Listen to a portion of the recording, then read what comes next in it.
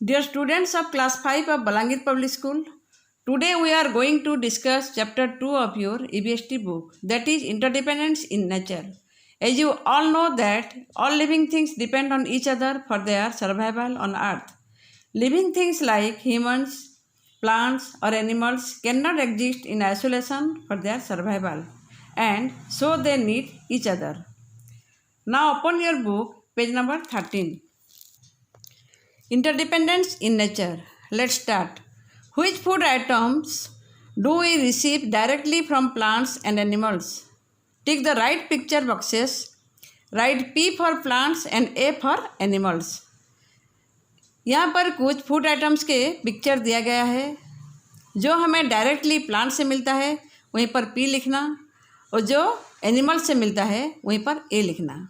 जैसे कि एग्स हमें डायरेक्टली एनिमल से मिलता है, इसीलिए वहीं पर ए लिखना. बाकी सब तुम पिक्चर देख के फिलअप करोगे, फिर मुझे बाद में दिखाओगे. All living things depend on each other. No living things, humans, plants और animals can exist in isolation. They all need each other for their survival. सभी लिविंग थिंग्स दुनिया में अकेले सर्वाइव नहीं कर सकते हैं. उनको सर्वाइव करने के लिए एक दूसरे के ऊपर डिपेंड करना पड़ता है. Let us start. Dependence of human beings on plants. Plants provide food grains, pulses, fruits, vegetables, tea, coffee, sugar, spices, cooking oil and hair oil. ये सब हमें प्लांट से मिलता है, जैसे कि food grains, pulses, fruits, vegetables, tea, coffee, sugar, spices, cooking oil and hair oil. Human beings plants के ऊपर क्यों डिपेंड करता है? क्योंकि प्लांट से क्या क्या मिलता है? Food, fibres, wood, paper, rubber, gum, medicines and fertilisers. Food. Cereals such as wheat, rice and maize, and pulses such as lentils, beans and grams are got from plants. We get wheat like rice, wheat and maize, and pulses like lentils, beans and grams from plants. And we also get fruits and vegetables from plants. Fruits and vegetables अलग अलग colour के होते हैं, जिसमें कि पोषण भरपूर रहता है और उसी से हमें मिनरल्स और विटामिन्स मिलता है. यहाँ पर एक टेबल दिया गया है, देखो, उसी को कलर के हिसाब से फिलअप करना. The rich colour of fruits and vegetables give you added health components. Write the names of fruits and vegetables in the columns as shown in the example. जैसे कि यहाँ पर एक एग्जाम्पल दिया गया है रेड कलर का वेजिटेबल्स क्या है? टमाटो. इसी प्रकार ग्रीन कलर का वेजिटेबल्स और फ्रूट्स क्या क्या होगा?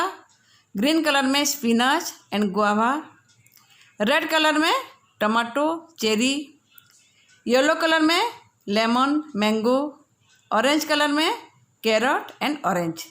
बाकी सब दो तुम घर में फिलअप करोगे और बाद में मुझे दिखाना. EBST कॉपी में भी लिख सकते हो और बुक में भी लिख सकते हो. We get spices like coriander, cinnamon and black pepper from plants. Beverages like tea, coffee and cocoa, and nuts like almond, walnut and cashew nut from plants. ये सब हमें प्लांट से ही मिलता है. Then fibers. Plants yield important fibers like cotton, jute and coir. These are used for making cloths, carpet, bags and ropes. Cotton, jute और coir से कपड़े, carpet, bag और रोप्स बनता है, जो कि हमारे रेगुलर यूज में आता है. All these things are necessary for our day-to-day use. Then wood. The wood of trees is used for making furniture as well as door and window frames. पेड़ के लकड़ी से फर्नीचर बनाने में और डोर विंडो के फ्रेम्स बनाने में यूज किया जाता है। Then paper, it is obtained from the wood pulp of trees. Paper is obtained from the wood pulp of trees. Pulp मतलब गुदा, वुड का गुदा से ये बनता है। Rubber, it is obtained from the rubber tree. It is used for making tyres and other items. Rubber से tyres, rubber bands and belt बनता है जो कि हम रेगुलर यूज करते हैं। Then gum, it is obtained from acacia tree and is used as an adhesive. Gum is obtained from acacia tree and used as an adhesive. We also get gum from acacia tree. Then medicines. Many herbs like neem and tulsi have medicinal value. They are used for curing various ailments. We also get medicine from plants.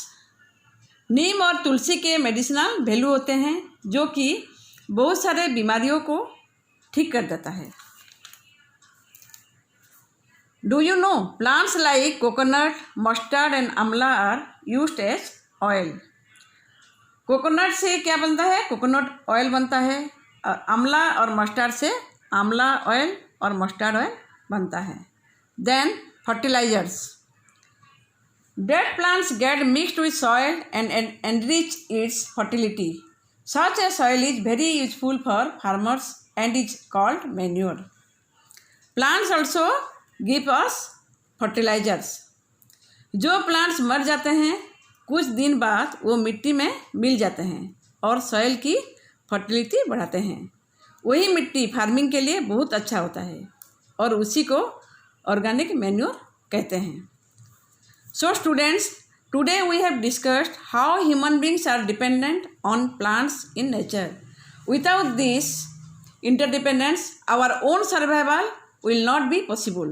In our next class, we will discuss how human beings are dependent on animals.